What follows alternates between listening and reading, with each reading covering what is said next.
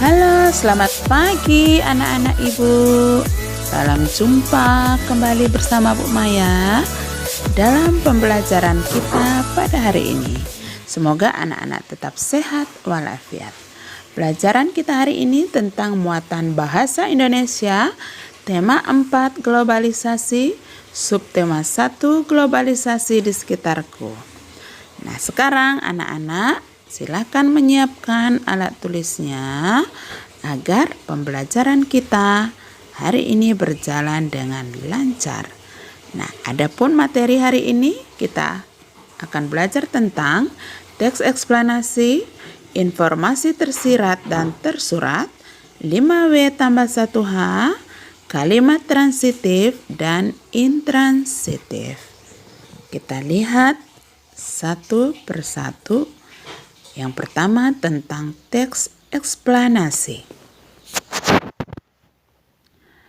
Teks eksplanasi adalah teks non-fiksi yang berisi penjelasan atau informasi tentang suatu hal, peristiwa, kejadian, fenomena, baik fenomena alam, sosial, budaya secara ilmiah. Teks eksplanasi berisi tentang proses, mengapa dan bagaimana mengenai peristiwa yang ada di sekitar kita. Contoh teks eksplanasi tentang Thomas Alva Edison, sang penemu bola lampu pijar, peristiwa tsunami Aceh, dan lain-lain. Tujuan teks eksplanasi adalah memberikan informasi yang jelas kepada para pembaca agar dapat memahami hal, peristiwa, kejadian, fenomena yang sedang terjadi. Nah, itu adalah tentang teks eksplanasi. Non-fiksi artinya betul-betul terjadi. Baiklah, kita lanjut tentang teks eksplanasi. Kita lihat struktur atau bagian teks eksplanasi. Bagian-bagiannya ada 3. Yang pertama, pernyataan umum. Dalam pernyataan umum berisi tentang informasi awal atau penjelasan awal secara umum tentang hal atau topik yang akan dibahas. Yang kedua, tentang deretan penjelas. Dalam hal ini berisi tentang uraian isi atau inti penjelasan tentang hal yang dibahas secara urut dari awal sampai akhir. Dan yang terakhir, interpretasi berisi pandangan, simpulan atau tanggapan penulis tentang hal yang dibahas secara keseluruhan. Itu tadi ada 3 bagian teks eksplanasi. Nah, sekarang kita lihat contoh daripada teks eksplanasi. Listrik pengubah wajah dunia. Kita lihat pernyataan umum di awal. Listrik telah membawa banyak perubahan dalam kehidupan masyarakat dunia. Michael Faraday adalah tokoh penemu arus listrik. Faraday lahir pada tahun 1791 di Newington, Inggris. Ia berasal dari keluarga miskin dan hanya sebentar merasakan pendidikan di sekolah. Dengan perjuangan keras dan semangat pantang menyerah, ia akhirnya berhasil membuat alat sederhana pertama yang dapat menghasilkan gelombang elektromagnetik. Tahukah kamu bagaimana perjalanan arus listrik hingga sampai ke rumahmu? Nah, ini adalah pernyataan umum. Belum ada penjelasan di dalamnya. Sekarang kita lihat deretan penjelas atau isi bacaannya. Arus listrik adalah gelombang elektromagnetik, yaitu gelombang yang dapat merambat meski tidak ada media perantara. Gelombang elektromagnetik terbentuk dari hasil perubahan medan magnet dan medan listrik yang terjadi terus-menerus. Proses tersebut kemudian memicu terjadinya arus yang kemudian kita kenal sebagai arus listrik. Arus listrik dihasilkan oleh generator raksasa pada pusat pembangkit listrik.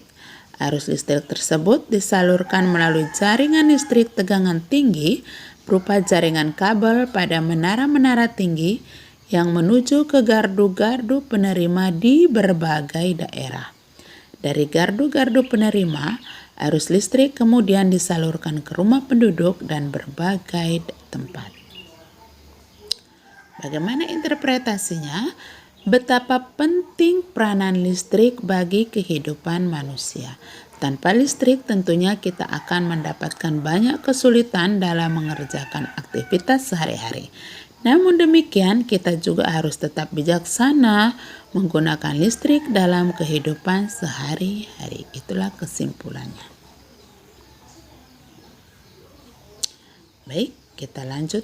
Kita lihat ciri-ciri teks eksplanasi ada 3. Terdiri dari 3 bagian, yaitu pernyataan umum, deret penjelas, dan interpretasi. Yang kedua harus berdasarkan fakta atau kenyataan. Yang ketiga bersifat informatif atau informasi.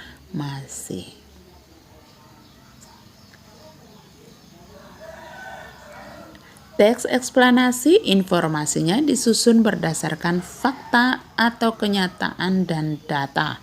Fakta itu berarti kenyataan, sesuatu yang benar-benar terjadi.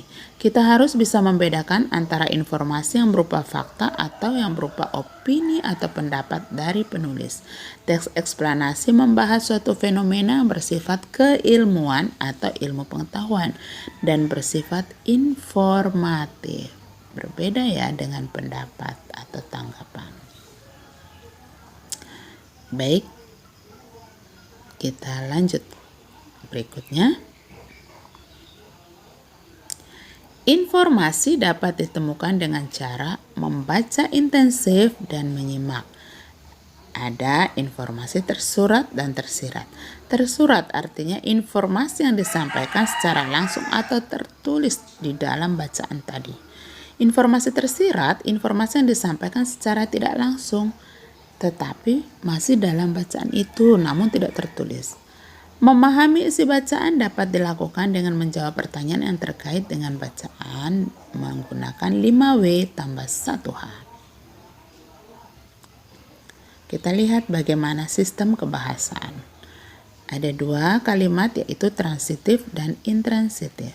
Kalimat transitif adalah kalimat yang kata kerja atau predikatnya membutuhkan objek SPOK atau SPO. Itu rumusnya. Contoh, ibu membeli batik di Yogyakarta. Ibu subjek, membeli predikat, batik objek, Yogyakarta itu adalah keterangan.